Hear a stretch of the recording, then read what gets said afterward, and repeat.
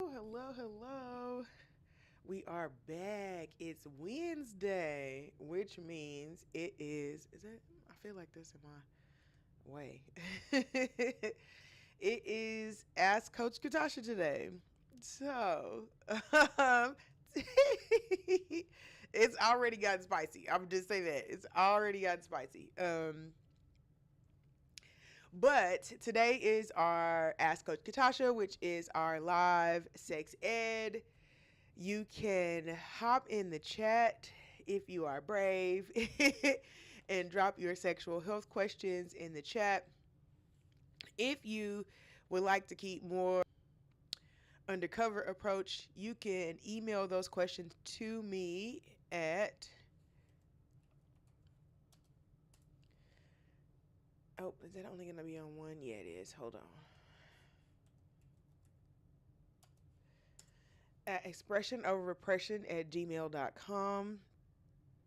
You can send your questions to my inbox, or you could send the questions to any of my for my I have not checked my I have not checked yet. Okay, so let's do that. Let's see what kind of questions we have.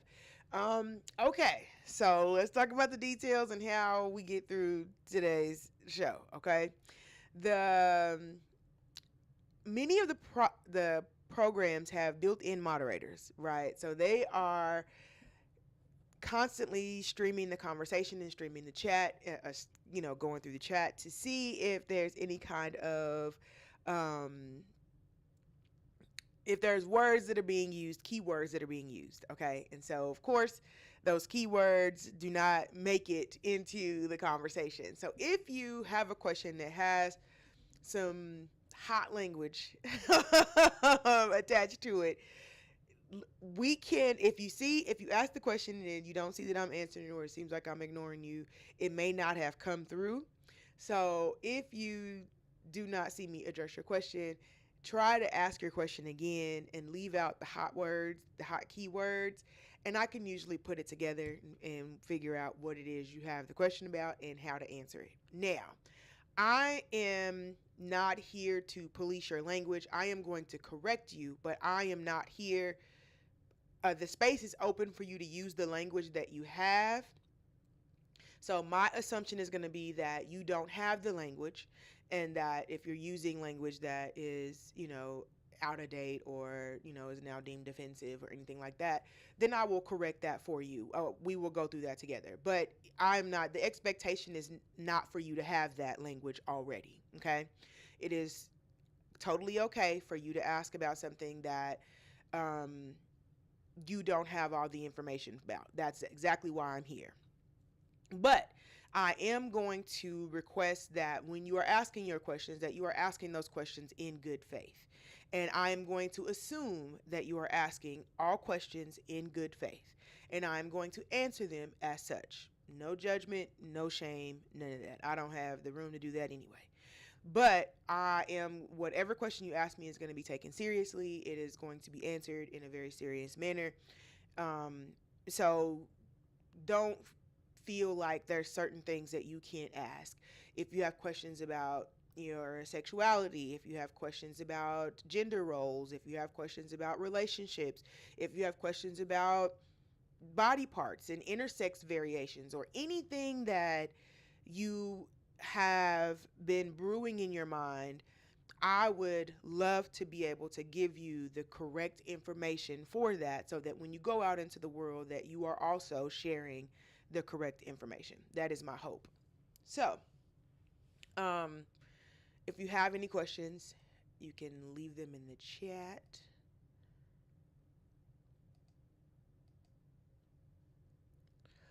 Let's go and check some of our stuff and see. Ooh.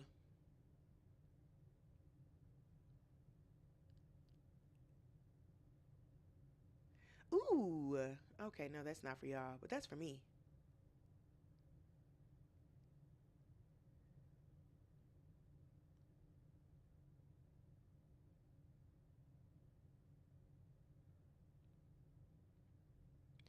Oh, okay. What day was that? Ooh. No, that was just a couple days ago. Okay. I'll get to that. Yeah. Okay, let me check my spam. Because sometimes they decide, okay, no, that is spam. Okay. I need to get back to them. I'll make a note to do that. For sure, for sure. Okay, we don't have any questions there. Let's keep going. Let's keep going. Let's keep going. We do have a couple that I know.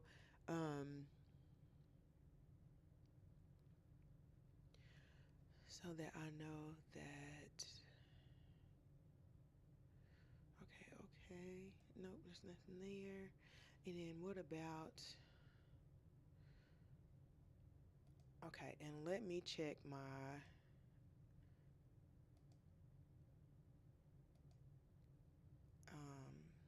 Message requests. Did I tell y'all that I did not get chewed out? I was from the story. I wasn't necessarily chewed out, But oh, who is this? Oh, that's not gonna come up. Okay, hold on. Let me see. I think that's. I don't think that was there before. I have actually been better about. Oh no, is that my house? That would be so cool if it was. I don't think it is though.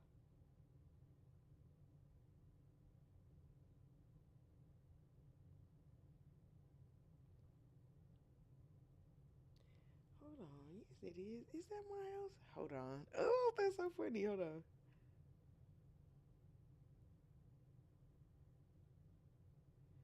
It is. It's not.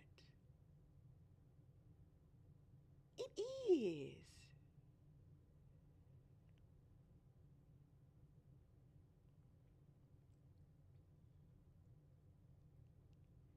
It is. Oh, I can't wait to tell Bruce that. Um. Okay, so no, I don't have any questions in there or anymore. Let's see. What else do I need to check? Um.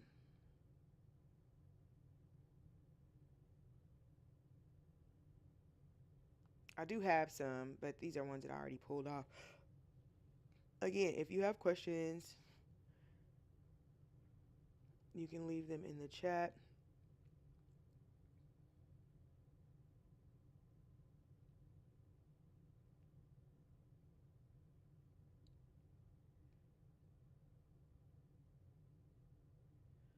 Okay.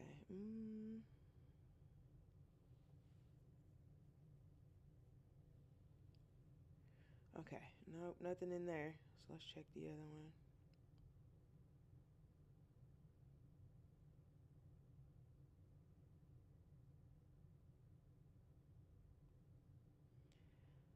Okay. Now, oh yeah, I was trying to tell y'all that I think I got in trouble with one of my people.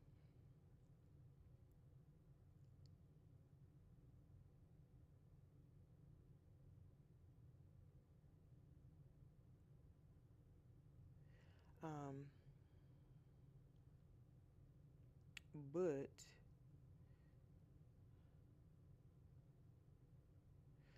okay. All right. So we probably not gonna be here long today because I'm not even gonna lie to you. I am. Whew. I don't know if you can see it on my face, but yeah, like I don't have no makeup on. I'm just out here raw dogging life. Oh, came with them all. Okay. Um. Okay. So question. Let me put the question in the chat. Also, I don't have. Do I have this up? I don't have it up.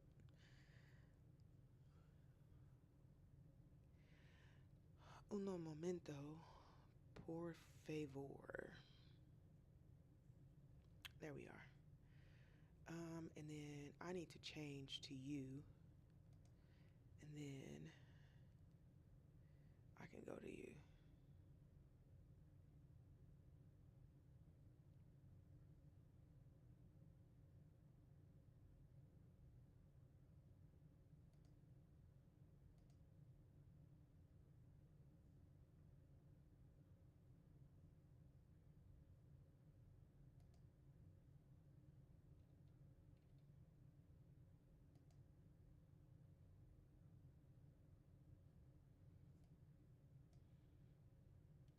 I'm like, you acting like I can't do that. Okay, I did. All right. So let me post our first question. Oh, I want to put user. So user question.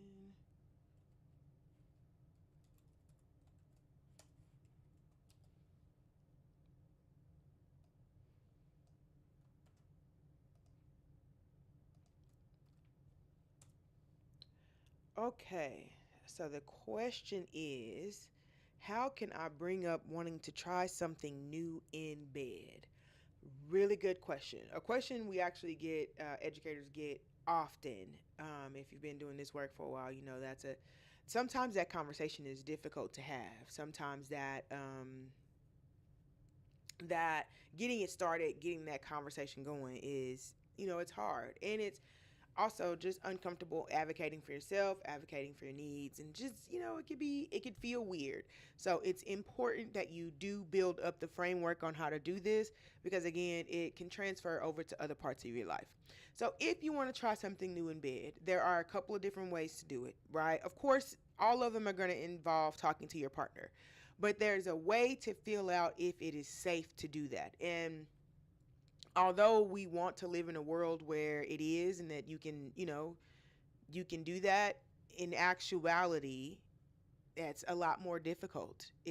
And there are repercussions that, there could be backlash for being vulnerable with someone who did not deserve that, right? And so there's some ways that you can kind of feel that out. One thing you can do is always a consent checklist. A consent checklist is a good way to feel out what your partner's into, what you're not into, what you're into, and to do them kind of one at a time, right? And so that way you don't feel like you're just exposing yourself. You and your partner can have a conversation. You just bring up stuff and you can write down yes or no, or, yes, no, or maybe on different types of conversations, and you can move each type of thing into a pile, right? And you'd be surprised some of the things that go into the pile and some of the things that don't. And there are also things that sometimes people automatically think goes into piles that does not automatically go into piles. And so it's good to have that conversation to be able to kind of feel it out on where your partner is on certain types of sexual things. Another thing that you can do is that you and your partner can exchange links. And so this is something that I recommend for couples, especially, well, actually, I recommend them for like long distance relationships and for couples who are in the house together, because, people usually watch adult videos and they're usually very private. It's a very private process when you do it, but it's a secret view into a world of sexual freedom. The things that people watch online are theirs. They don't feel like they're being judged or that they're being monitored or anything like that, or they would have to account for what they're looking for. So what they're looking through. So they usually do that freely. You can exchange links about new things that you may have found, or like, just, it doesn't even necessarily have to be things that you're interested in, just an interesting thing that you found that you were like, look what they're doing, like, I didn't even know this was a thing, or someone talking someone through it, or just all different kinds of niche markets of eroticism that you can tap into if you can open that doorway for the conversation. So, but again, I also just want to make space on how unsafe that can be, depending on lots of different things, depending on race, depending on power, depending on gender, depending on gender expression.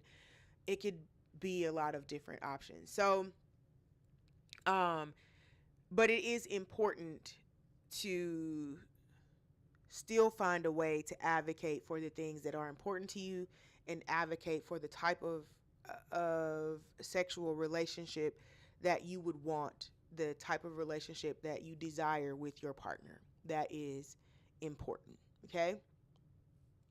Another thing you can do is research. It is really difficult to deny someone something that they're excited about. Now, it is. You can still do that. But if my partner comes in and they say, "Oh my gosh, I found this amazing food place and you absolutely have to try it. Oh, it was so good. I went there for lunch and I had this and this and that." That's going to make me excited to try it, right? They've already been there. They've had a thing. It was really good. The service was good, and he's just all this. And I'm like, yeah, we should. I want to go there too. It should be the same way, right? If you have a knowledge and you have enthusiastically done the research and you are sure that this is something that you want to do and you think it would be something that your partner would be interested in, it is important that you do the research to know what you're talking about, okay? Don't bring it up as oh, I want to get into roping, and then leave it on your partner to figure all the rest of that out, right? Like, well, I told you I wanted to get into it. You never picked up a rope and tried to, or, you never whoop de whoop de whoop. That's not the way to go about it, right? If you have the information, give it to your partner. Hey, I learned that this is a column.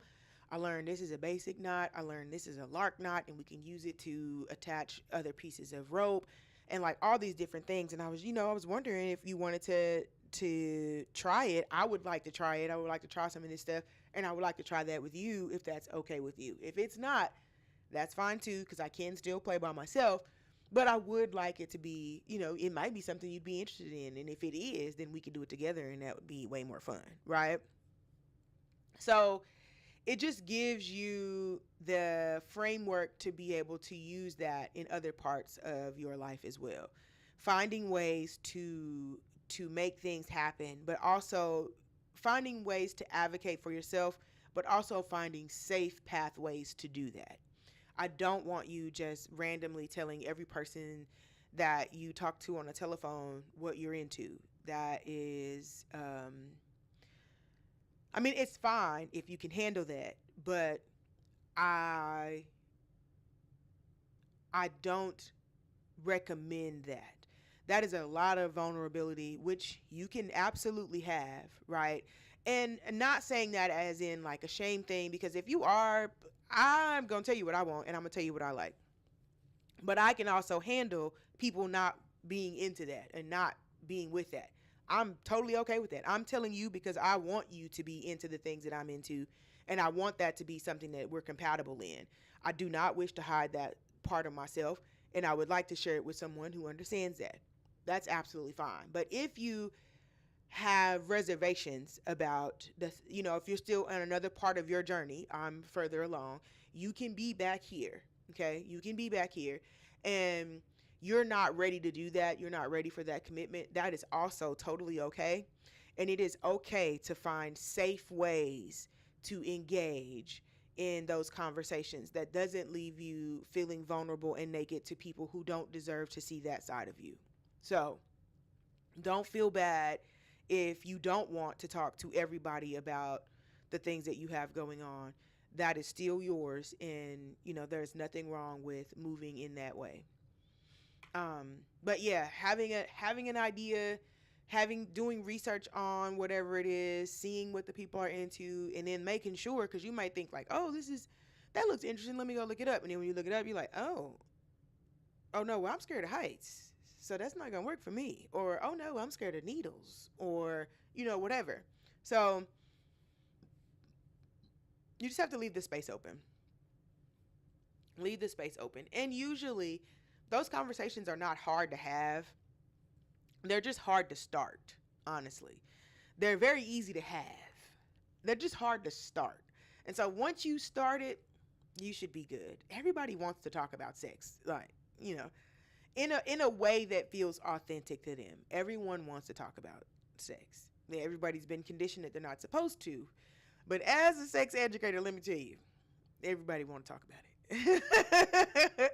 If they find a place where they feel safe and they feel like the space is conducive to a conversation about it, because sometimes you don't want to talk about things because you don't want the backlash of people judging you, talking about what you're into or whatever. But if you go into that knowing that that's not what's going to happen, imagine the things that I hear.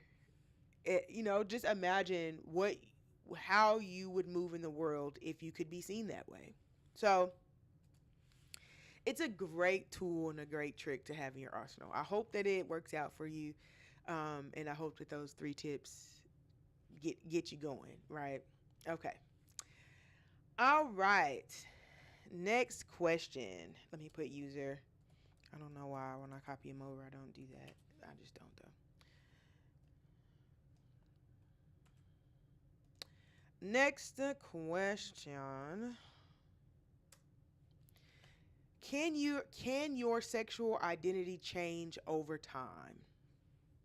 That is a really, really, really good question. And guess what the answer is? Abso-fucking-lutely. Absolutely. And so here's the thing about sexual identity, right? We all have multiple sexual identities. Even if you are the straightest, straight, hetero, you still have multiple sexual identities because sexual identities come in different forms. And you can move through those sexual identities throughout your lifetime, okay? So, for example, say I'm a virgin, right? And I'm not interested in sexual activity. I'm just living my life, whatever. I'm asexual, right? Then my hormones kick in, right? And so now I'm like, ooh, what's that? Okay, okay. Ooh, and so now I'm experiencing physical sexual attraction. Ooh, they're hot. Okay, okay. So I get a boyfriend, and now my boyfriend breaks my heart. And now I'm like, oh no, nope. Now I'm not talking to anybody unless we have a deep emotional connection. So now you're a demisexual. Okay. Okay. Okay. You move on in life. You go on about your life. And then you meet someone that you want to have that you're not necessarily physically attracted to, but they're really smart. They're really smart. And that intelligence excites you. And so now it moves and it changes. And so even in the basics, and I'm assuming that you're asking that question just off of like heterosexual, homosexual, lesbian, gay, in that realm, in the very heteronormative um, realm, and what we understand about the relationships outside of that bubble. Yes, even in that, it can change. And so here's the thing is that many people are brought up into, well, firstly, you have to understand that no matter who you are, the society you are reared in has an effect on how you view yourself and how you view the others around you. Okay.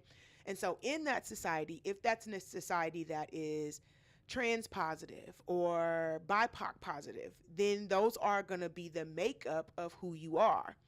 But if you grow up in a space that is trans negative or BIPOC negative, or, you know, just in a space where you were not allowed the freedom to be, and that the expectation was for you to conform.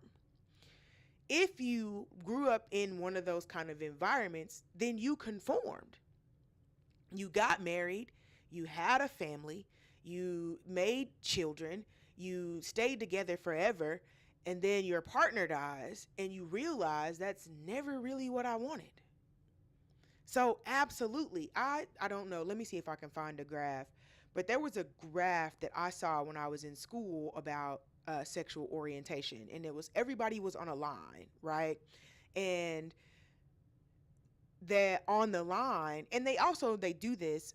My supervisor said that she ended up doing the exercise in class, where you go through different periods of your life and you move on the line based on where you were in that time frame of your life, right? So during the 20s to 30s, where were you? Where was your brain? Your 30s to 40s, 40 to 45, 45 to 47. You know, where were you, where was your brain at? Where were you? And so it takes a long time for people to realize that they have a sexual identity outside of the normal identities. And then even on top of that, when you talk about identities, your identity is broken up into your sexual identity and then your romantic identity. So the way that you want to connect can be attached sexually or it can be attached romantically. So you could want a relationship with someone, you could want to be close to them, you could want to have a platonic relationship with them, but you can yearn for that information. For that connection. You can seek those kind of connections out, and you can thrive on getting the feeling from making platonic relationships and maintaining your platonic relationships and your platonic friends, going to the doctor with them, babysitting their kids, taking them on a picnic, things like that. It's not neither romantic nor sexual, but it is the basis of a relationship. And so the ways that we connect with each other, if we are honest with ourselves, it will have to change. It changes throughout life because you don't have access to who you are until you're way later in life. Way later in life. You don't even know who you are. You're spending your younger years, your 20s, 30s, all of those years just trying to figure it out. Where am I going to work? What am I going to eat? Who am I going to marry? Where am I going to live? Like, you're just trying to figure it all out. So there's no way that you're going to be making the best sexual decisions for yourself. And, even what you're attracted to can change. It can change if you are attracted to people that are outside of the gender scope, right? And you can still be attracted to male and female, but you may also be attracted to non-binary, trans. There's lots of other variations, and you can still have an attraction to that. Then that puts you outside of the homo and the hetero. Now you're in the pan. Just whoever is attractive to me is who I'm attracted to. And so there's all these different variations of existing and connecting on a sexual level. And your sexuality your sexual identity can absolutely change. You can go through a phase where and if you've lived long enough, I can name you a couple of phases I know you went through. I know you went through I'm not talking to you unless I have a connection. Everybody then went through a celibacy phase. I'm not doing it no more. We've all done that. We've all went through our whole phase where all we needed was sexual attraction. I don't need nothing else. All I need is to look at you and get turned on. Okay? So we understand that. And then we understand at some point having a platonic attraction to other individuals. I want to be friends with you. I want to be in company with you. And then you can just move that outside of so many things. And again, as life goes on, things change. You could be completely aerosexual. You could be whatever. And then something happens and you change, your body changes, your chemistry changes, even if it's just for that short amount of time. Your chemistry could change and you're like, I don't want to have anything but sexual connections. That's all. I'm not interested in being friends. I don't want to know if you're a good person. I'm not interested in meeting your family. I am here simply to use your body and for you to use mine.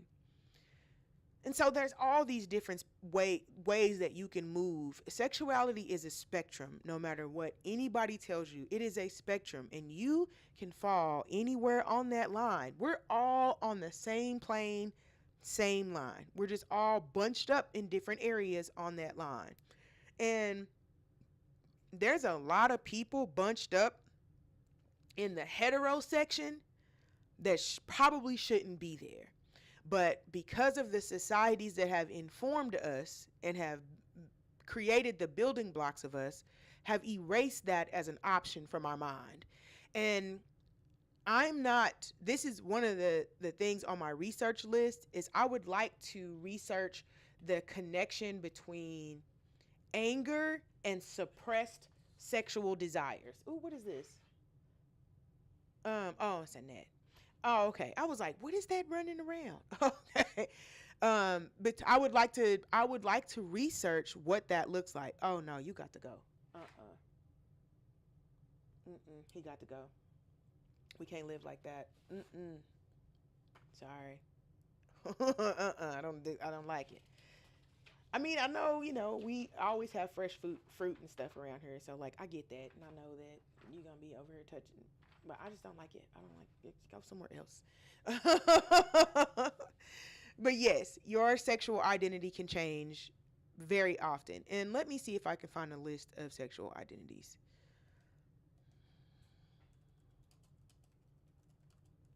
So that you can see, and keep in mind that these are identities that have grown over time, right? So originally it was just, heterosexual and homosexual. That's all we had. But as we understand things more, people are not just gay or straight. Not everybody is just gay or straight. There are lots of things in between. And so here is their lists of sexual orientations. And so I don't even know. Honestly, I don't even think this is all of them. An abrosexual describes someone whose sexuality is fluid or changeable For example, one day they may identify as asexual, the next day as lesbian, and so on and so forth.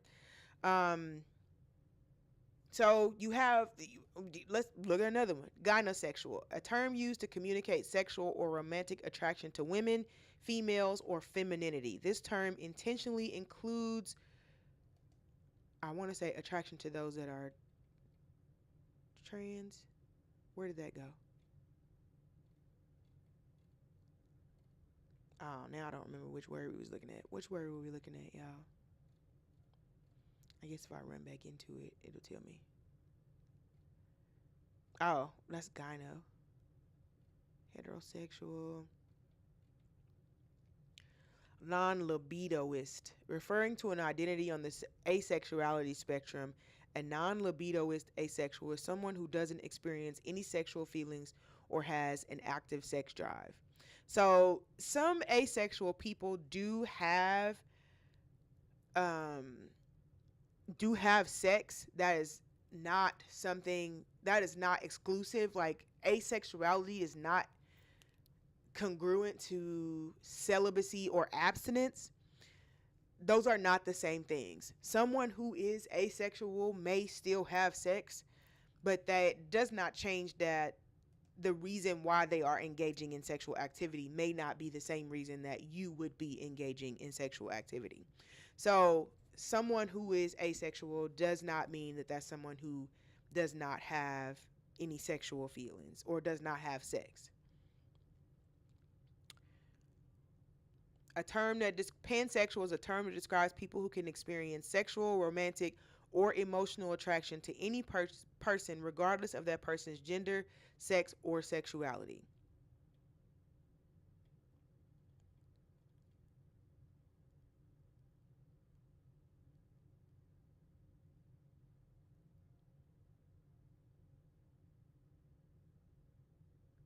Oh, I haven't heard of this one. Homosexuality.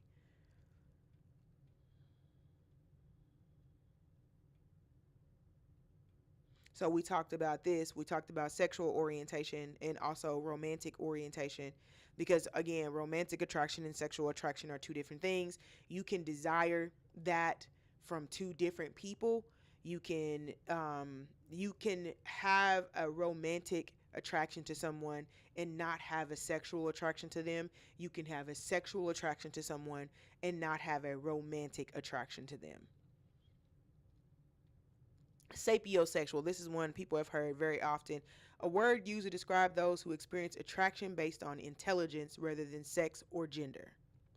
So if you have that intellectual connection, that is what turns you on. That is what brings that arousal process in. And it has nothing to do, of course, with the body, but it is a way that the information that's being perceived is attracting you to that person.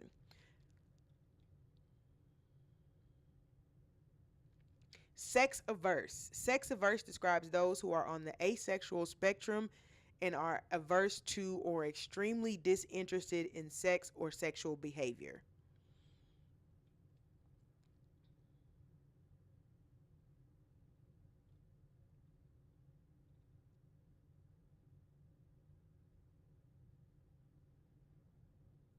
Scoliosexual. Ooh, I like that. Attracted to those with non cisgender identities, such as people who are non binary, genderqueer, or trans. So, like, there are a lot. And I know that, people are always like, oh, there's a new name for everything. No, it's just that language grows, language evolves. There's never been a time that language hasn't been growing. Oh, am I finna catch him? I'm finna catch him. I'm not gonna catch him. I caught him. I totally caught him. Now what do? I put him on my hand. Junior's not gonna be running around here in my face. I'm sorry. I didn't want that for you, but you was obviously testing me. I don't know about my pants. I don't know. But yes, your sexual identity will take some changes. It will go through some different things. And also that your identity, again, it may not, the identity that you've adopted may not necessarily be yours. It may be the identity that was the safest for you under the conditions that you were brought up in, but it never asked you what you wanted. It never thought about how that was going to affect you. And it makes me think, I wrote about the the military grandpa who passed away, and he had wrote in his thing that he was likely gay all his life, but he never told anyone because he didn't want to lose his family. He didn't want to lose everything. And that just makes me feel so terrible that you have to turn off that part of yourself to be accepted. And I don't want you to do that. I do not wish that for you. People are going to have to learn how to mind their business. And to do that, you're going to have to continue to do your business. Okay? You can't stop, because you can't stop living. You can't turn you off because it makes someone else uncomfortable. They just going to have to be uncomfortable. That's just what's going to have to happen. So I don't want you to put yourself in a situation to where you die never knowing what it is to love freely and openly. I don't care what everybody else, I don't care what you lose. I don't care. What you would gain from being able to do that is worth more than you will lose. It is a personal triumph. It is not a triumph that you can wear, that you can show off to, pull out of a cabinet and I won the Olympics. No, it's not a triumph like that, but it is a triumph to say that I am important and the things that I desire are important, and that I am going to prioritize my needs and my desires over the comfort of the people around me. And honestly, they don't deserve that comfort. They don't. They don't. I don't care. I don't care if it's your mama. I don't care if it's your grandma. I don't care. She don't deserve that comfort. Your grandpa don't. Whoever. Uncle Curtis, he don't deserve it. Nobody deserves it. Okay? You deserve to exist and to be. If they got a problem with that, they probably got a problem with a whole bunch of stuff too. Go tell the president the problem you got with him. Yeah, I'm sure he want to listen. I don't care. Okay? So don't let people interfere. Did his friend? He has a friend, and he just almost flew in my pupil. As cold as it is in here, I don't know how they survive, but okay. You only got a couple more weekends, and then it's gonna be winter. So we'll see how bad you want it, Mr. Nat. Then I gotta bring my plants back in. I'm gonna have I'm gonna have to flood them out before I bring them in, because I'm sure everything is living in the dirt now. Everything's living in the dirt of the plants. I'm sure it is.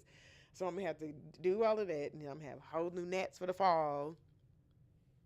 Annoying. Anyway, but yes, your sexual identity can change over time.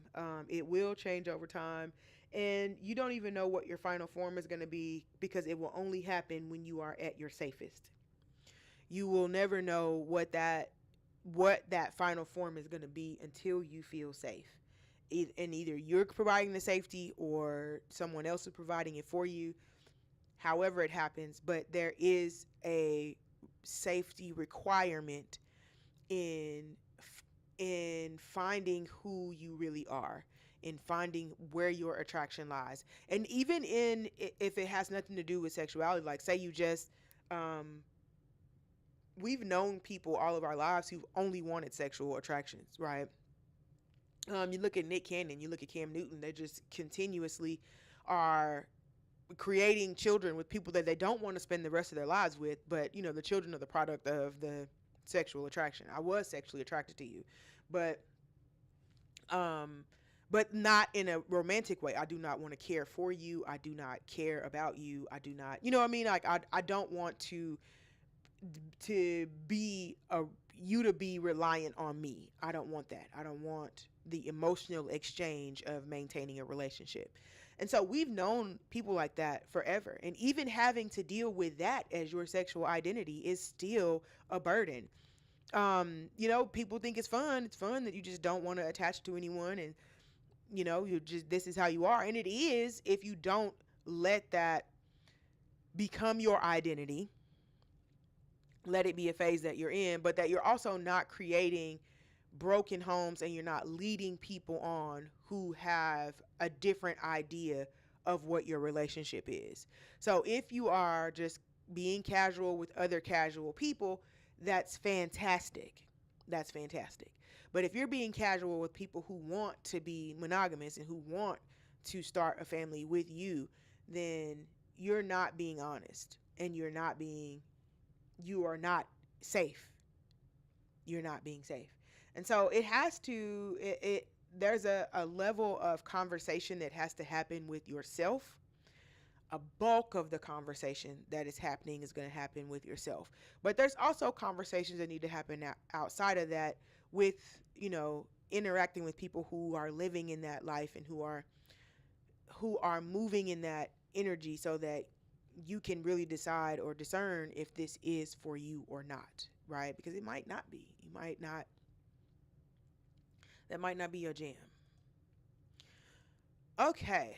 So those were actually the only two questions that I can answer on here. There was another question about the G spot, but we can't do we can't do that here. It was asking me to like show, so I'm definitely not gonna show on like a body, but I have little like silicone models, and so I'm probably gonna do it on my Patreon. Um, I'll have to figure that out, but I do have my Patreon in the works. It should be up tomorrow, I'm hoping. It's still, work to be done. I still have things that I have to figure out and do, but yes. Ooh, hold on. Do we got? It's downloading one message. It's probably not from y'all though.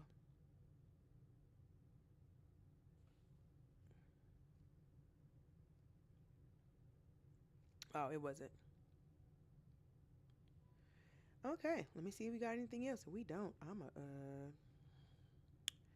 go and lay back down, honey, because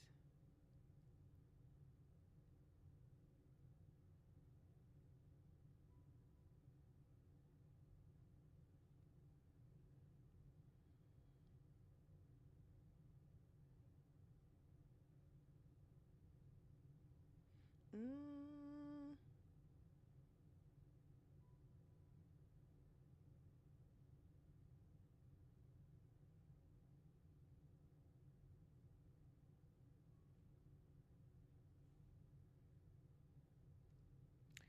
okay, no, it looks like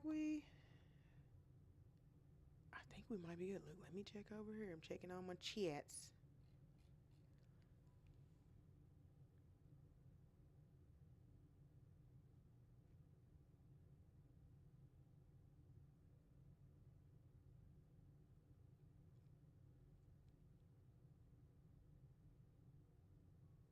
Mm-mm-mm-mm.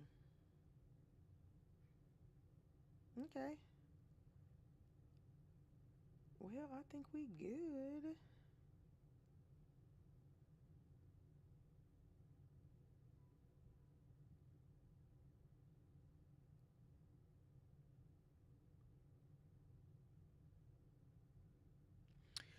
All right, all right. So if you have any questions in the future, you can stop by every Wednesday for at 2 p.m. Central Standard Time for Ask Coach Katasha. Let me pull up my weekly schedule so we can talk about the rest of the week.